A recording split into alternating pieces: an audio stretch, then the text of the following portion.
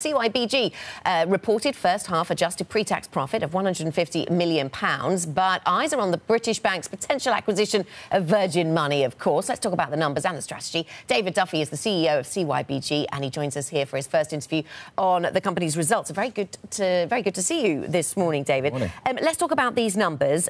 You have taken another provision on PPI. Tell me about the earnings story and how close to the end we are on that PPI story for you. Well, yeah, I think on the earnings story, we're up 28%, the underlying profit. So that's a really important fact for us. And that's prompted by growth of 6% in mortgages and 5% in SMEs. And then underlying that, costs are down 7%. Even probably more than we had hoped. So we're looking at, we've taken our guidance down. So if you look at, your revenues, your growth and your costs, very good performance. When you come to PPI, like a lot of other banks, you see headline walk-ins still at elevated levels. So we took a big provision a couple of months ago, and we did that on purpose just to say, look, let's put that behind us. The end of that process is looming. Let's focus on what the underlying performance of the business is and the execution of our strategy without that distraction. So that's pretty much how we've positioned all of those elements. The end of the process is March 2019, isn't it? That's the deadline. But we've seen, advertising, encouraging people to get their claims in if they have not already done that. So what does the profile from here to March 2019 look like, do you think? Do you have to take more provisions on this? I think we've made a set of assumptions that we're quite comfortable with in terms of the total provision. I think that as you get to the end of the deadline with the FCA, I think you will see some more advertising, but you will begin to see the claims management companies, their profits are going to be curtailed through legislation, the cold calling will be curtailed. So I think as a business that starts to weaken. We're looking at things that have occurred pre-2005. So I think at the end of this process, you will see a phasing and a slowing down. Let me talk to you a little bit about strategy. You're clearly happy with the numbers that you're reporting this morning. The Virgin story, what is the motivation there? What's the rationale, the strategic rationale for doing that bid? Well, I think, as you'll know, the takeover code, I'm extremely restricted what I can say. But in terms of what I already announced, we see a combination of Virgin and ourselves as creating the leading challenger in the UK. And I think that's a very good story, both for shareholders, but also for customers. And that's, I can't say anything more about the detail of the transaction, but the strategic intent is very clear and the outcome is very good. But in terms of shareholders trying to weigh this up, I mean, what is it that you're trying to get? What is it about the strategic fit? You like their digital, or what is it that you like particularly about Virgin? Yeah, I'm going to disappoint you, Anne, on that. I'm not actually allowed to say anything about that, even to my own investors. So it is frustrating.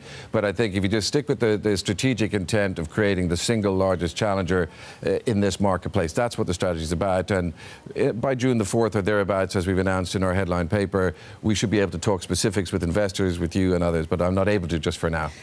How much opportunity is there for you as a challenger bank then in the UK? We've seen RBS recently decide not to set up Williams & Glyn as a challenger bank. So do you see more opportunity now than before in the challenger space? Yeah, I certainly think so. It's not about scale anymore. It's about, there's an element of scale that helps, but it's about what's happening in open banking. It's what's happening in RBS with the Williams & Glyn initiative.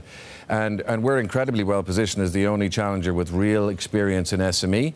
And what they're trying to do is create competition. So the Williams & Glyn, about 120,000 customers have to move, and we're incredibly well positioned to, I think, obtain tens of thousands of those customers. So SME, really attractive, and then open banking, we're launching that this month. So I think we're going to be a leader in that space. When I put those two together, I think there's a lot of potential for a challenger bank. Open banking started, I think, was it January this year? It was rolled out in the UK, but some of the coverage I've read so far suggests that maybe not enough people know what it is or what it's for. I think so. I think what you have is a lot of legislation, a lot of rules, but the consumer doesn't really get it yet. I think things like we will launch this month aggregation, all your bank accounts in one place, convenience, and then other apps to help you save money, help you spend less where you have to spend money.